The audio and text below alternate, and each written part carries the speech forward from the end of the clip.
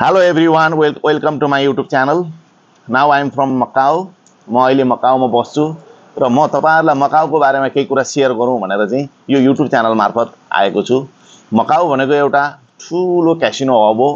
US को loss Vegas पछिको second casino hub भनेको मकाउ हो। मकाउ तपाईको हङकङ र चाइनाको चुहाईको बीचमा अवस्थित एउटा सानो आइल्यान्ड हो। योमा लगभग 2 लाख भन्दा बढी जनसंख्या बस्दैनन्। अराउन्ड 2 लाख जति जनसंख्या बस्ने ठाउँ हो यो। यसमा चाहिँ सयौं क्यासिनोहरु र सयौं होटलहरु चाहिँ अवस्थित छ।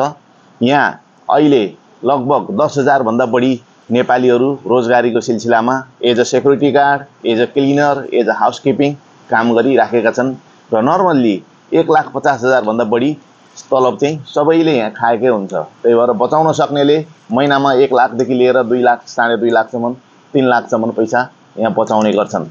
यदि तपाई पनि मकाउ आउन चाहनुहुन्छ र मकाउमा आएर चाहिँ काम गर्न चाहनुहुन्छ भने सकेसम्म दलालहरुको मार्फत नआइकन डाइरेक्ट मेन पावर थ्रु तपाईको आउन सक्नुभयो भने राम्रो हुन्छ।